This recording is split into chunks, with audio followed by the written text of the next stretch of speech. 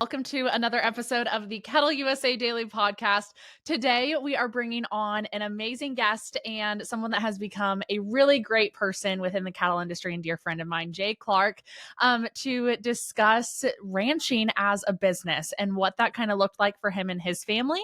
This was a hour-long next-gen episode that I have cut down into some of Jay's main talking points into about 25 minutes for you guys to kind of just hit those higher level points that we discussed. So we talk a lot about coming back as the next generation of ranching into an already established family operation, and how him and his family approached that and approached it from a business mindset. We talk about that a lot on here, and it's something that I am a big believer in, is we need to start approaching our family operations as businesses. A lot of us are running multi-million-dollar businesses but not acting like it.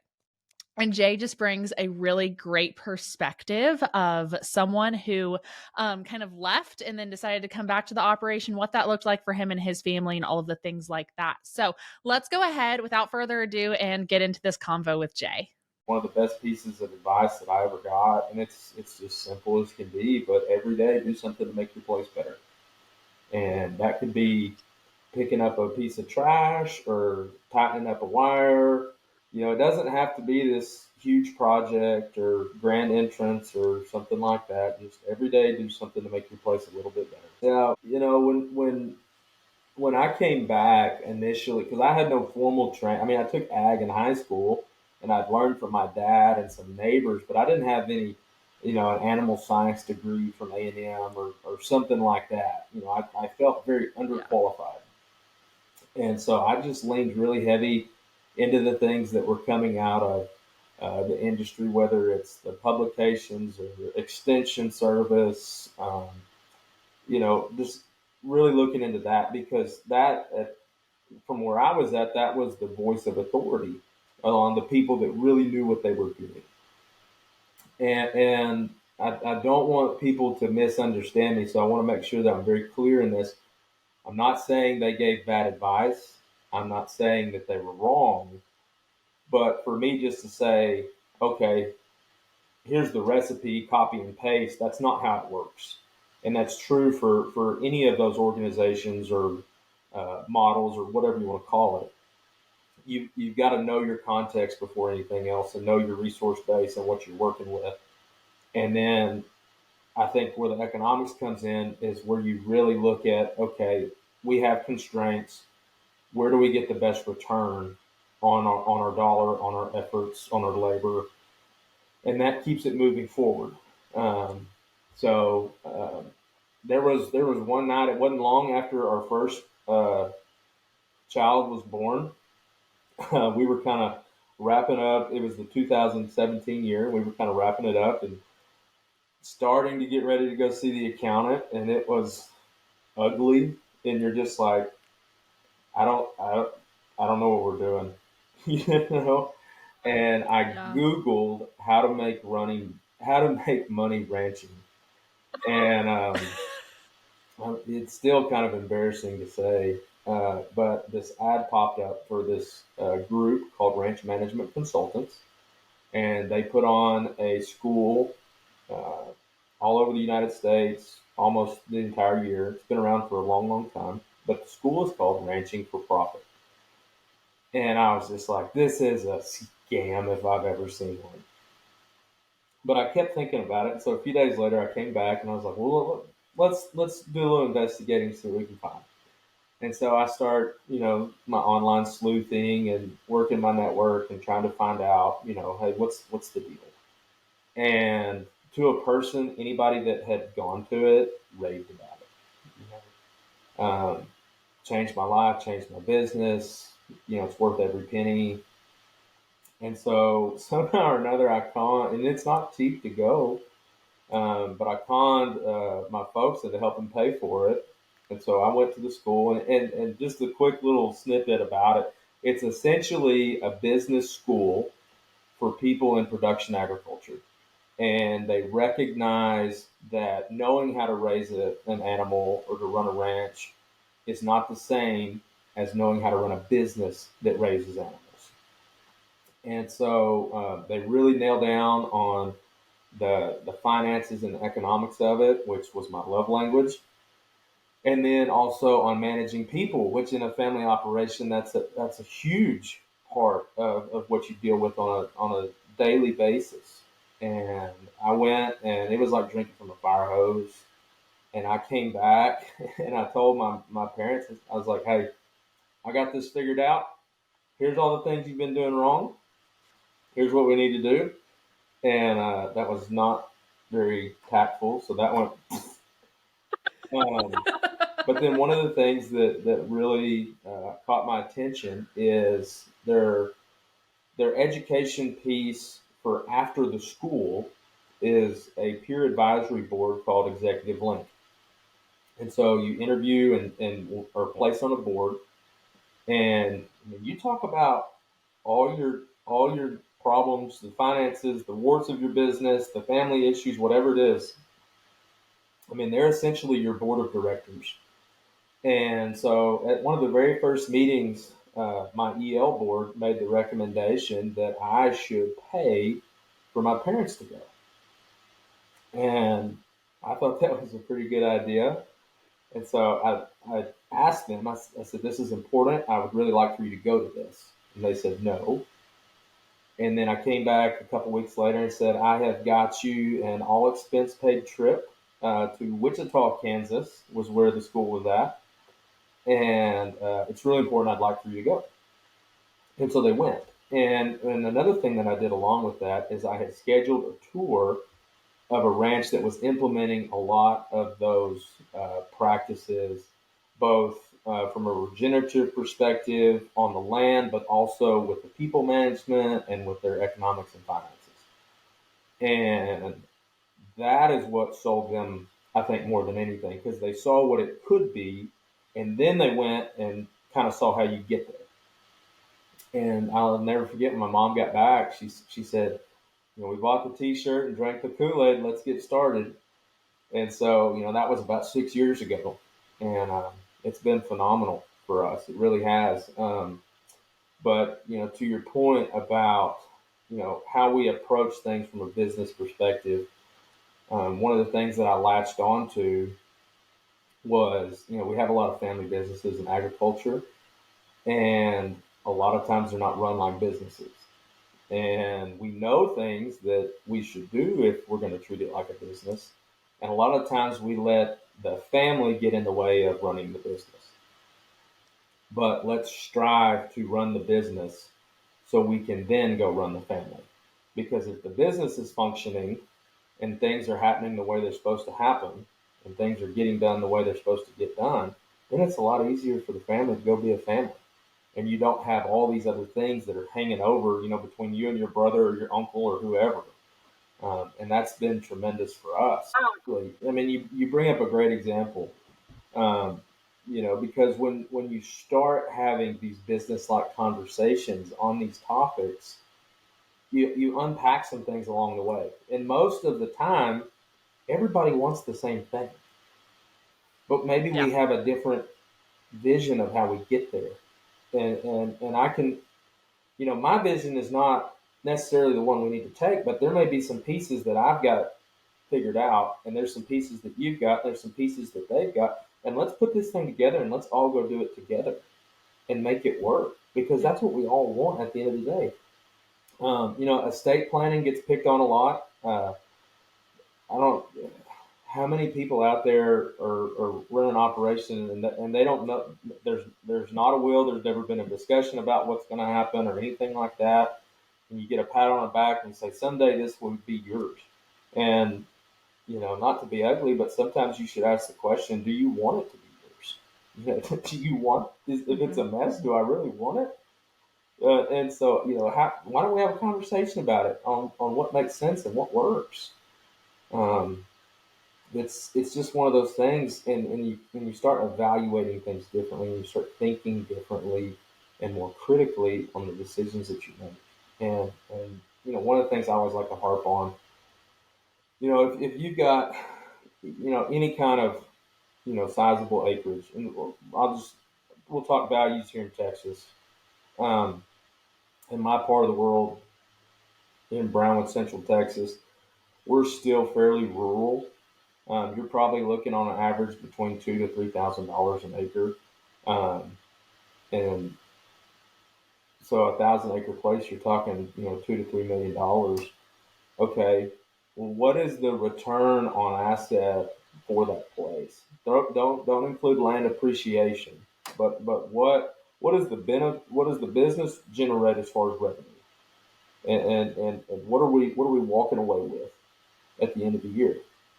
And typically, there's a decimal point before any numbers on that percentage.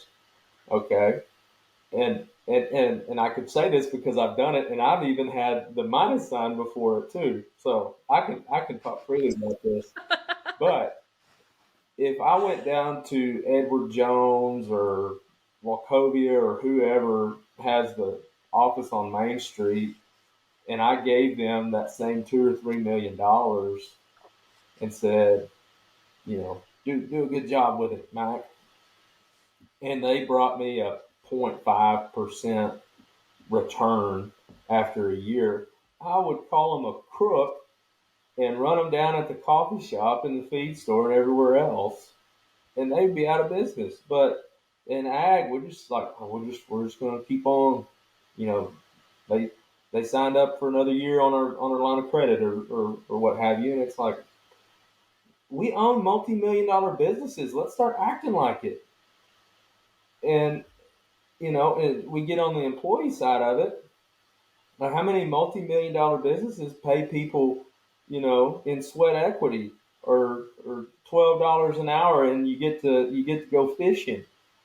We wonder why we can't find help. It's like, well, let's build a business that produces, healthy profits and cash flow and all this kind of stuff that does what we want it to do, and then let's go hire good people to help us do more of it.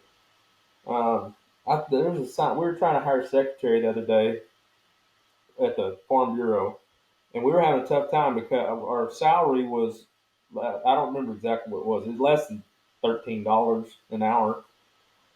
And there's a sign at McDonald's that you started at 16.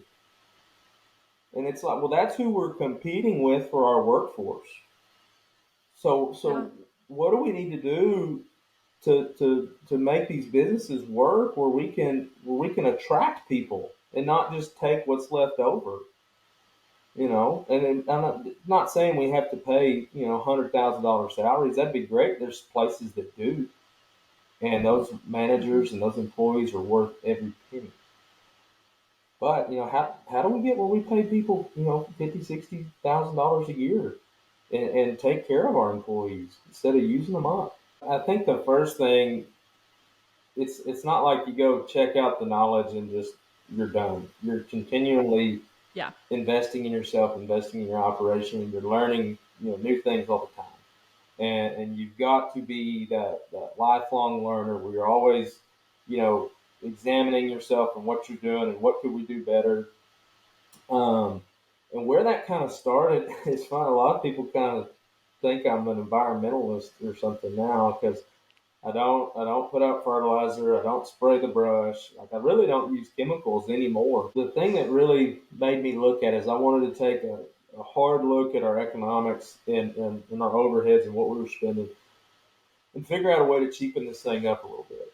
And that's one of those things you have to be careful with because you're not going to starve a profit into your operation.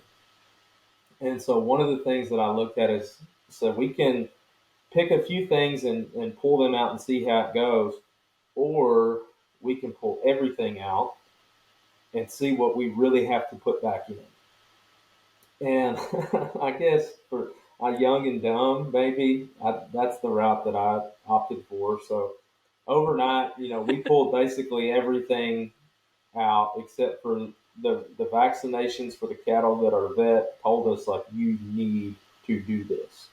Um, we kept worming our cattle. We pulled the mineral out and went to the ancient sea salts. And then we used just a very small amount of supplemental protein. And as you can expect, there was a learning curve. Not everything went just great, but we found the things that we needed to add back in.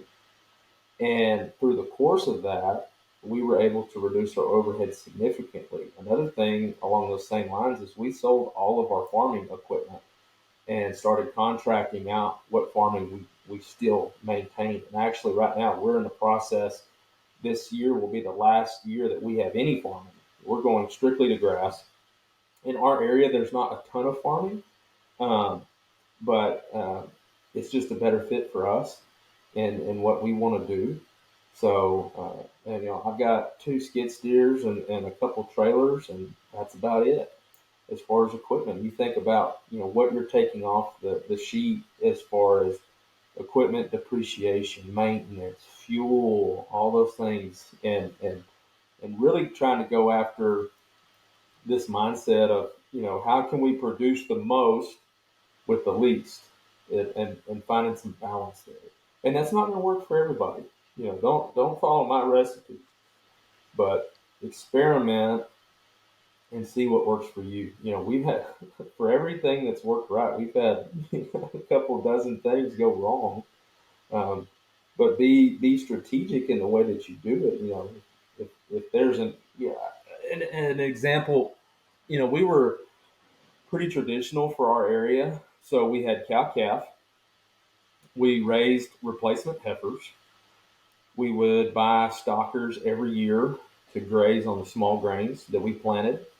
We would cut hay. And then because we didn't have enough going on, we also did hunting, and we also added sheep.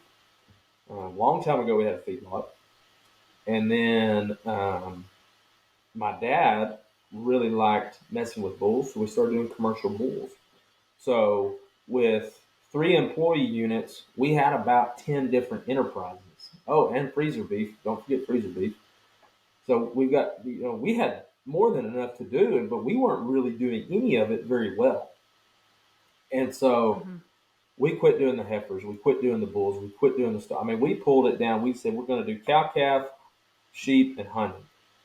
And then over time, we've added a few things back in, but we're doing everything at a much higher level of profit than we were previously. And it's one of those things that back to our previous conversation, when we're treating it like a business, if there's this McDonald's has a hamburger that's not selling, they ain't gonna make it anymore. And so let's not do the things that aren't working. So I think part of it, and I don't want to give my specific criteria on whether we do something or don't do something, because it's so individual to your operation. I don't want to lead anybody the wrong way, but you need to develop a set of criteria or guidelines on, hey, these are the things that have to be in place for us to start this enterprise. Or when you evaluate your enterprises in your business, okay, I need to see an improvement in this one if it's not doing well. Okay, this is what I need to see, or we're not going to do it, and we're all on board with that. Okay, and then but when you put numbers to it, like you're talking about with the things that you've got going on, it takes a lot of the emotion out of it, because if you're doing this thing because you want to put it on Instagram or whatever, okay, that's fine, but what is it costing you to do it? And so, it cost me this much to do it. I don't know that I want to do it anymore. And so putting the numbers on it is such a powerful thing, because it takes, like I said, the emotion out of it, and you can make clear decisions. As far as kind of how we navigated some of that, really shutting a lot of that down was pretty easy, because while we were shutting those enterprises down, we were experiencing such a tremendous savings in the overheads by getting rid of equipment and some of these other things. It was a no-brainer. Couple that with the fact that Dad is wanting to slow down, and I am kind of trying to ease into this. We were all on board with that. Like, let's do a few things, but let's do them really, really well, and focus in on these things. So that made it easy. Where it's really paid the dividends is as we've started to add some of these things back in. That's when, okay, why are we going to do this? For example, like this year, we kept back heifers. We have not kept back heifers for probably 5 or 6 years now, since we stopped doing that. And we had to sit down and said, okay, we're keeping heifers back because of A, B, and C. This is a decision for this year, not for perpetuity. And everybody's good with it. Okay, we're all on the same page. Okay, so we're keeping heifers back, and we've got a plan on how we're going to market the ones that we don't keep, where we're not losing our shirt on that. So being very tactical in how we move forward into these things. We cannot continue to operate the way we have always operated, and that's just a fact. Um, I cannot run my business, whatever business it is, doesn't have to be agriculture, but I cannot run it the same way that my grandparents did and be successful in 2024. I'm going to get left behind, and we're going to be out of business. Well, we can't sit on the sidelines, whether it's policy, advocacy, what's going on in our communities. You got to speak up for what's right and what is truth, and telling the story of agriculture and how we care for the land. And we talked about it earlier.